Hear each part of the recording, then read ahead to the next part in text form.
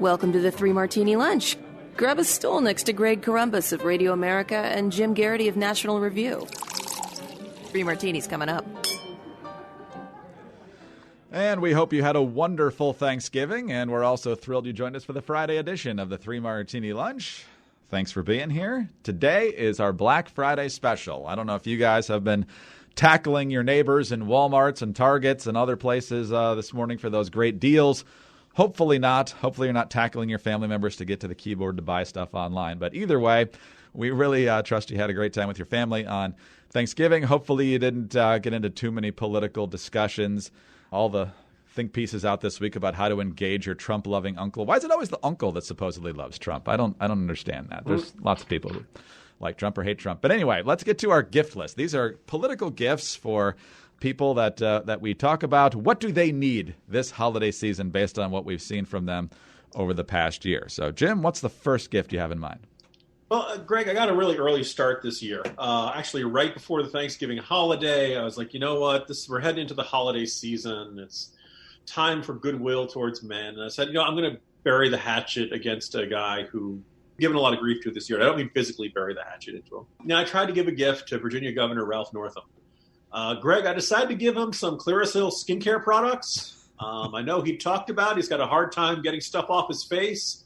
And I just figured it was a good effort, to kind of put things behind us and say, hey, I want you to have a clean face heading into the new year. It's funny, though, Greg, it came back really fast. There was a little note attached, and it came from the governor. It said, Jim, as November demonstrated, dirt just doesn't stick to me anymore. Sadly true. At least right now in Virginia. So excellent.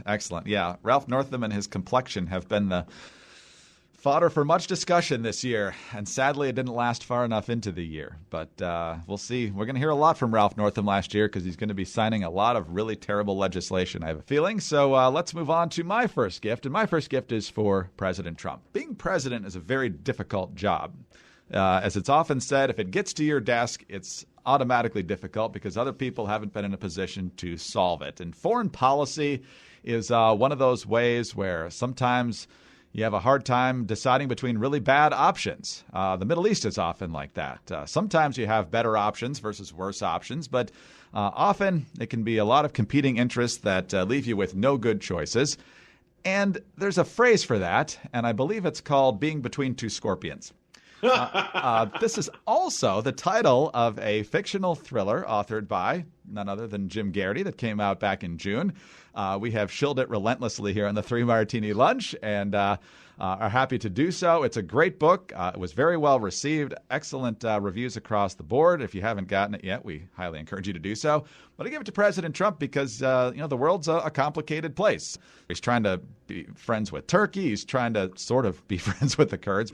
And trying to balance things in the Middle East. Then you've got whether to support the Chinese government because you're trying to get a trade deal or you want to side with the Hong Kong protesters. We would side with the protesters, but again, you have competing interests. So when that happens, you got to be able to balance things when you're not exactly sure that it's going to turn out super well. And Between Two Scorpions is not going to help you deal with China. It's probably not even going to help you deal with the situation in the Middle East, but it's a great read and it helps to illustrate the problem. Thank you, Greg. That is very much appreciated, both the plug and all of the number of times you've mentioned over the year. Very much a big help. And to everyone, all the listeners out there who bought a copy, thank you. I was trying to come up with trying to bury the hatchet, be nice to people who we've been critical of this year, trying to generate a little warmth for the holidays. And you may have seen this, GIF going around I was looking around social media for ideas. There's this GIF from The Simpsons. By the way, it's a GIF. It's not a GIF. It's a graphics interface file, not a graphics interface file. And a GIF from The Simpsons of Bart Simpson, I believe. He's got a cake. It says, "At least you tried," and then he shoves it off the table in response to someone who didn't try. I want to get an "At least you tried" cake for Adam Schiff. He's been pushing impeachment for a long time. Very big fan of the theory that Trump was a Russian asset or Russian agent or colluded with Russia, put all this, bet a whole lot on the Mueller report, didn't turn out the way he wanted. Now he's going into impeachment. Look, he's tried really hard. And look, this is probably, as of this recording, everybody's pretty sure this is going to end up with acquittal in the Senate. The Democrats are lucky. Maybe they hit 50 votes. They're probably not going to. Everybody can see this coming. It seems like a really big waste of time. It may even hurt the chances for the Democrats in 2020. But you know what, Adam Schiff? At least you tried. And I got you a cake. Poor Adam Schiff. He was so sure last week that he had gotten what he wanted and had all the momentum. And then the polls just said, you know what? Everybody pretty much thinks what they already thought. So, and maybe even a couple of people changing their minds in the opposite direction. Jim, 2020 has not actually gotten here yet, but the 2020 campaign has been around for a long time. John Delaney started it back in 2017, in fact. And then a bunch of people, dozens in fact, piled in here in 2019. Several of them are now gone. Several of them still remain. And the debates continue. We still have at least 10 people on stage for each debate, and that's possibly going to continue into December and beyond, although the standards for qualifying for the debate get tougher and tougher.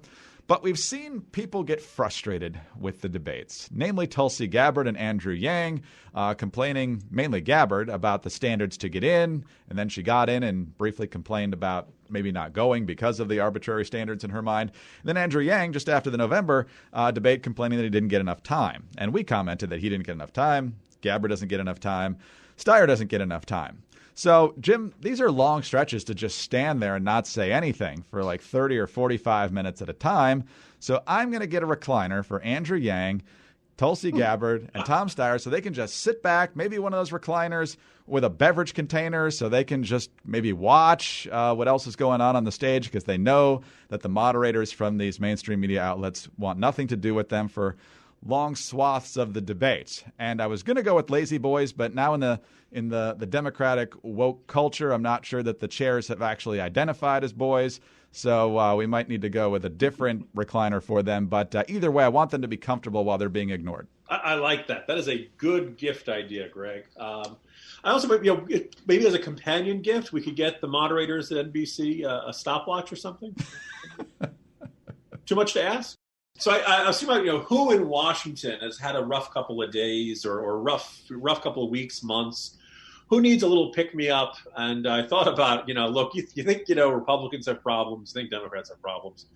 Nobody has taken it on the chin more this year than the Washington Redskins. And so I was thinking about, who deserves a little better, who deserves a better, a better shot. And I decided, Haskins, the quarterback, who, a lot of people had high hopes for.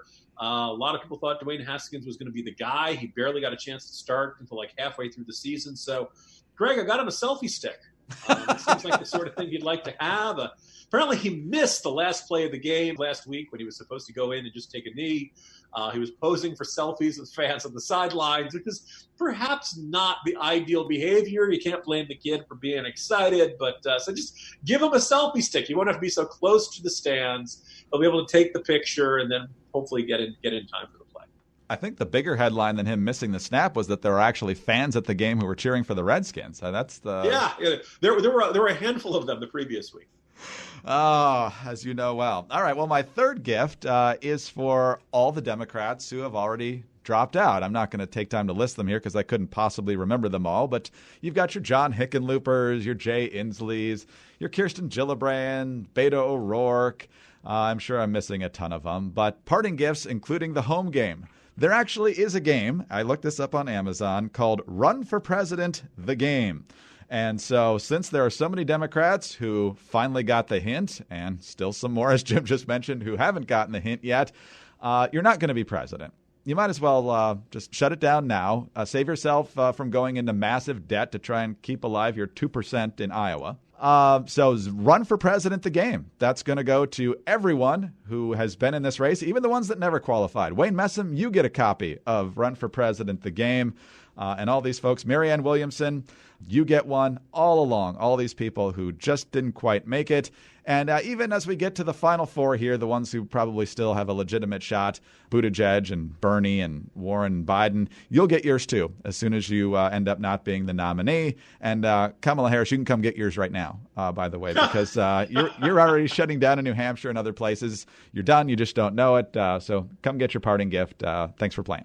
Almost got tickets for everyone in the mainstream media to see the Richard Jewell movie, but thought that might be a little too cynical for holiday gift-giving season. Jim, I guess given the late date of Thanksgiving this year, that folks now have a limited time to get stuff. So Now that those things are off the shelves, you know what to get for your friends and family as well. And happy Black Friday to everyone. And, we'll see you Monday. Hopefully everyone's enjoying this entire week. Absolutely. We hope everyone continues to enjoy their Thanksgiving break. Please travel safely. If you've got a moment, please subscribe to the podcast and leave us a great review. We always appreciate that. And join us again on Monday for the next 3 Martini Lunch.